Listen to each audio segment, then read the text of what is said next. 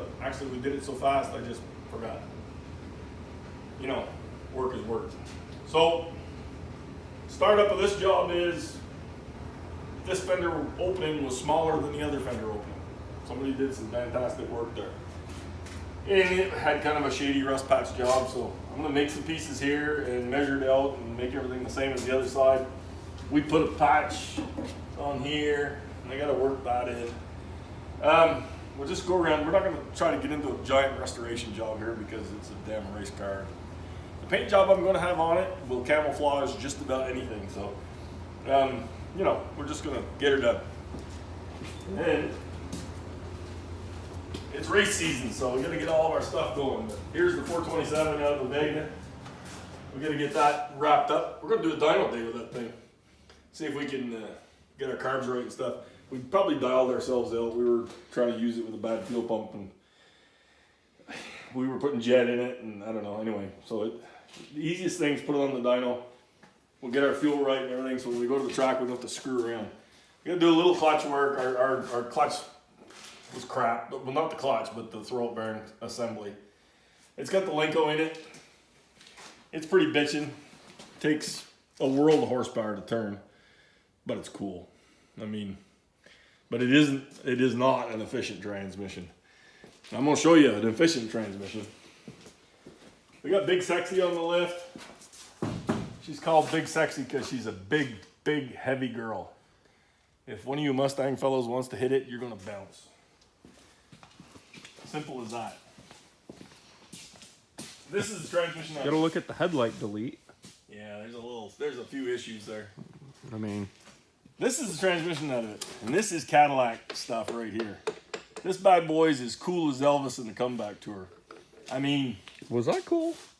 In Comeback Tour, that wasn't fat white leather Elvis. That was thin black leather Elvis. Oh, okay. He was a cool mofo. Okay. But you know, anyway, things kind of went 70s and downhill after that. But mind you, I shouldn't insult the 70s because the damn Vega is like 70s.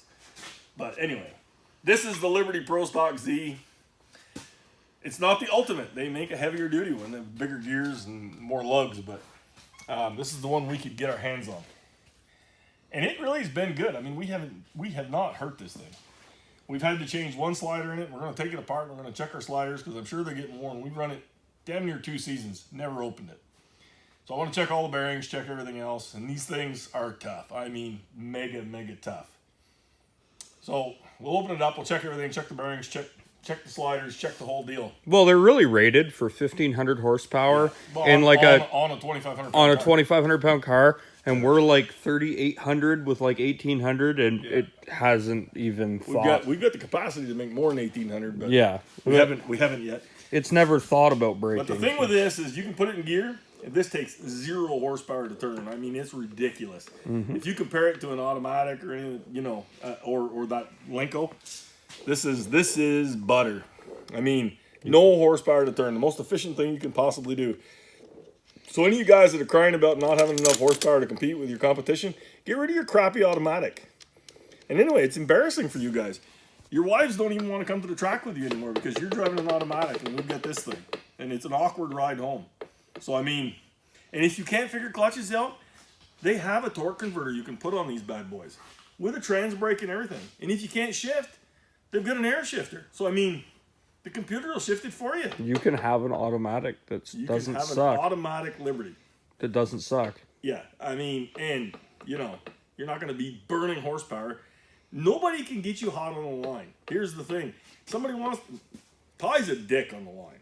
I'm just going to tell you. He's probably, and he gets away with it because he gets out of the car and he shakes everybody's hand and they all like him, even though he screwed him over. So I haven't figured that one out yet. That's a human thing. I'm the mechanical guy. So this bad boy, somebody wants to burn you down on the line. Hey, you got to take a long time because basically you got to wait for his leg to get tired and he can't hold the clutch in anymore. I mean, and I'm fat, so my legs are strong. You're just not gonna burn this thing down. So play all the games you want, no problemo. And then after that, the most pure application of torque to the ground you're gonna get. I mean, we're not burning up any horsepower through a driveline. So, and it's tough. you have 2 counter shafts in this bad boy. So you have no gear deflection. Anytime, you see the plug there and there. There's your 2 counter shafts. So when you load a gear on a single counter shaft transmission, you're going to push those gears apart. And pretty soon you're going to break teeth, which we did with the old 5-speed Jericho. So that's when we put this bad boy in here.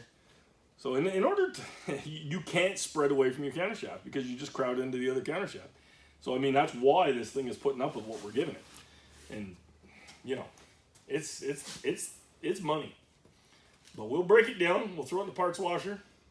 We'll show you the inside of it.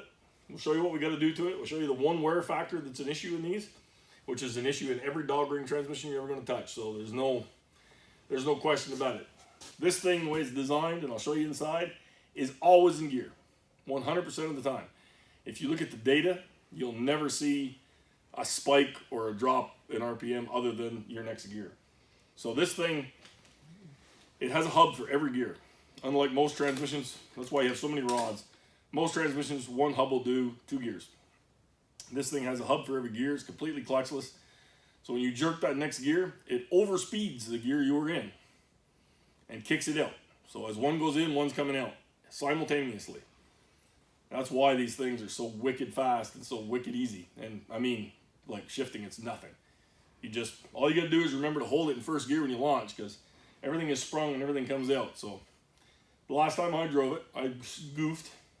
The thing came out wheels in the air and I jerked it out of gear. It came down kind of hard. So, you know. I mean, you may have definitely let off too when you panicked. And no, I jerked it out of gear. You can hear it on the video, dipshit. It's, anyway. He wants to be a smart. He panicked and let out of it. Yeah, it's Fruit Loops. It's because he's old. It's scared. You old, you little prick. Anyway, this is. Well, we really wanted one of these things anyway. We finally had a chance to buy one used. It's cool as hell. So we'll break it down. We'll show you the inside of it. It's pretty neat. Well, I got my painting work done this afternoon. I had to get those wheel wells equalized. So that's all built new back in there. Most of the way back to the lower end and the lip area. And it's sized out equal to the other side now.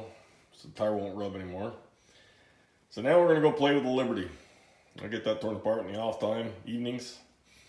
You'll start to get this old race car on the road. So I'll go dig that out and we'll show you what's inside that. All right, so we pulled pretty much everything off. Didn't want to bore everybody for too long. These little Allen screws here, sometimes they pick up some clutch material and they can stick in, I mean bad. You don't want to go nuts when you put those in. You sure as hell don't want to use Loctite. Pull the tail shaft off. Tail shaft is very simple. It's not like a Muncie or something where you've got to deal with a reverse. You just take the bolts out of it and give it a little tap. She's off. So then you split the case, pull all your bolts, and you flip it over upside down so your shifting levers are on top. And you just take your cover off. And this is magnesium, so, you know, don't weld on it. It's just a... So then, come in here. So this is your inner workings of your transmission. Like I was saying before, you got multiple shafts. With that multiple shaft deal, you can't get gear deflection. There's no way. So it makes life super simple. But you can see that slider. See when I spin it backwards, it runs that slider off.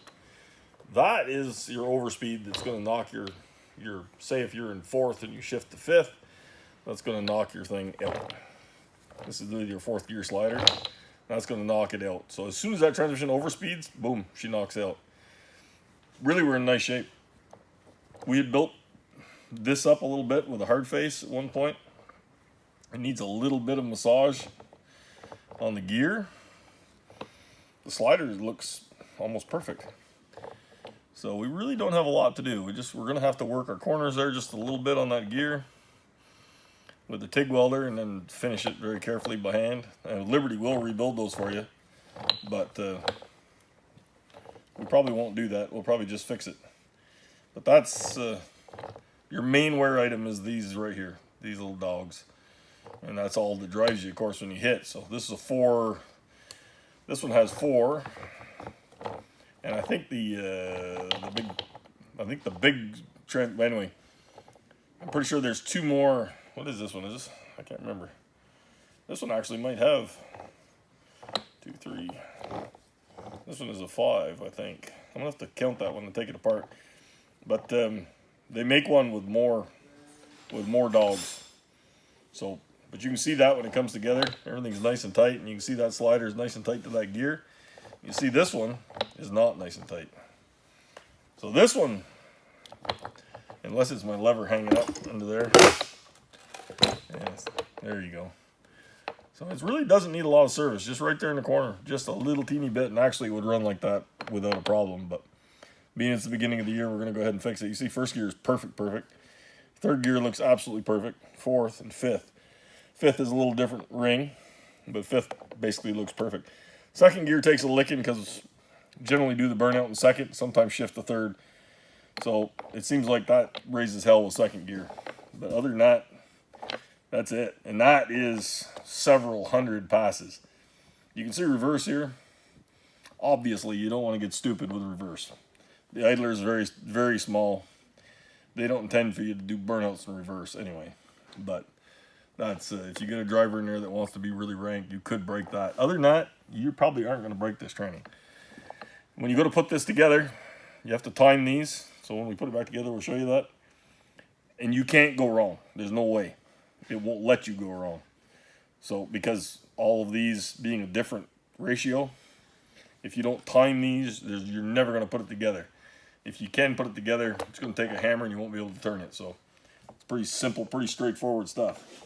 So that's where we're at on that. Anyway, we'll finish taking it apart and we'll show you when we get her cleaned up and get ready to go back together. So we stuck this bad boy in the washer, gave it a cycle. I'm going to give it another cycle. And that's going to be it for tonight. Tomorrow we'll try and put this thing back together. I may give it another cycle in the morning. We'll see. It's coming out pretty good. It's definitely degreased. I was just trying to get rid of some of the staining. This is a hot tank, so it cleans stuff up very well. We'll see how much further we want to go with it. But tomorrow's a new day, and tomorrow we'll get her back together. And I'll try to show you the whole process, and you can see how we time it, and because those gears are a different pitch from gear to gear, so the shafts all have like a master spline on them, so you have to keep them all in line, and they're all made so they time up and run together. It's actually a pretty neat setup. You don't ever worry about that on a 2-shaft transmission because of the top gear idle, so everything lines up. But in this case, it's because of 3-shaft, you have to time it. But anyway, I'll try and show you all that tomorrow when we put her together.